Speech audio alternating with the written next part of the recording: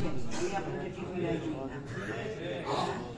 তো এখন একে আমার বাবা নাই, তার মধ্যে আমার সামনে একটি নির্বাচন এবং অনেক ষড়যন্ত্র চলতেছে। হ্যাঁ, এই বিপদে আমি আপনাদেরকে আমার পাশে চাই। এই সময়টাতে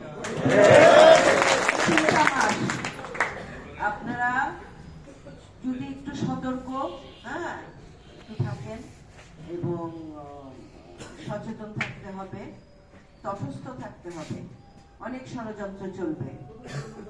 আর অনেকে মনে করে যে আমি মহিলা মানুষ, আমি হয়তো বা দুর্বল, কিন্তু এই গত 1-1.5 মাস আগে যখন এক ফ্যাসিস্ট আওয়ামী লীগের দোসর এখানে আনাগোনা শুরু করছে, আওয়ামী লীগের নেতারা মাথা চারা দিয়ে বের হইতেছিল গর্তের থেকে, তখন কিন্তু প্রমাণ হয়ে গেছিল যে নায়েব ইউসুফ দুর্বল না। এত বড় একটা বাংলাদেশের এত বড় একটা ব্যক্তির বিরুদ্ধে আমি দাঁড়ায়া আমি তাকে মোকাবেলা করছি, কিন্তু দেশ বিদেশে সবাই দেখছে। এটা কৃতিত্ব আমার নাই, কৃতিত্ব আপনাদের সকলের। এটা আপনাদের কৃতিত্ব। আমি এখানে দাঁড়ায় কথা বলতেছি, এটা হলো আপনাদের জন্য। আপনারা এখানে আসছেন বলে আমি কথা বলতেছি। আপনাদের মূল্য সবচেয়ে বেশি, আপনারা মূল্যবান আমার কাছে সবচেয়ে বেশি। এবং যেমন কামাল ইউসুফ আপনাদেরকে মূল্যায়ন করছে, অনেক আপনাদেরকে দামি মনে করতো তার রাজনীতি, তেমনি আমি সেভাবে, আমি তারই মেয়ে। আমরা কোনোদিন অহংকার করি না যে এই নেতা, এই এমপি, এই মন্ত্রী, এই জমিদার, আমাদের ভিতরে ওইটা নাই। সেই জন্য দেখেন এই বাড়িটা 100 বছর ধরে এই মানুষ এরকম করে বসে। একদিন বসে না, আমার দাদার সময় থেকে এই বাড়িটাই তৈরি হয়েছে মানুষের জন্য, জনগণের জন্য। এবং এটা আমি রাখবো ইনশাল্লাহ।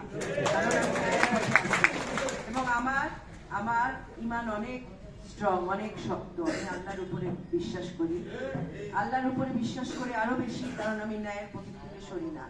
এই জন্য আমি জানি আল্লাহর তরফ থেকে আমার সাহায্য আসবে। ওই তরফ থেকে সাহায্য হচ্ছে, তো আর কোনো সাহায্য বড় হইতে পারে না। টাকা পয়সা, প্রশাসন, ওই আর্মি, ওই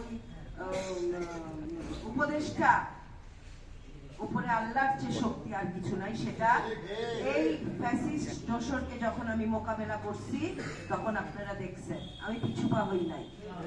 সে মনে করছিল আমাদেরকে মামলা দিয়ে আমরা ভয় পাবো, তখন আমি বলছি আমাকে মিথ্যা মামলা দিছে, নাথিং ডুইং, আমি সামনে আগায় যাব। উপরে আমার আল্লাহ আছে, আমি প্রতিবাদ করব। সারা বাংলাদেশের কোন এলাকায় আওয়ামী লীগ বের হয় নাই, শুধু আমাদের ফরিদপুরে বের হয়েছিল। এটার প্রতিবাদ সারা বাংলাদেশ দেখছে, সারা দুনিয়া দেখছে। এবং আপনাদেরকে ধন্যবাদ, আপনারা আমার পাশে ছিলেন, আমি পাশে, এবং উপরে আমার আল্লাহ ছিল। এই দুইটাই আমার আছে এবং আমি জানি আমি পারবো। এবং এটা আপনারা করে দেখাবেন আমার পাশে।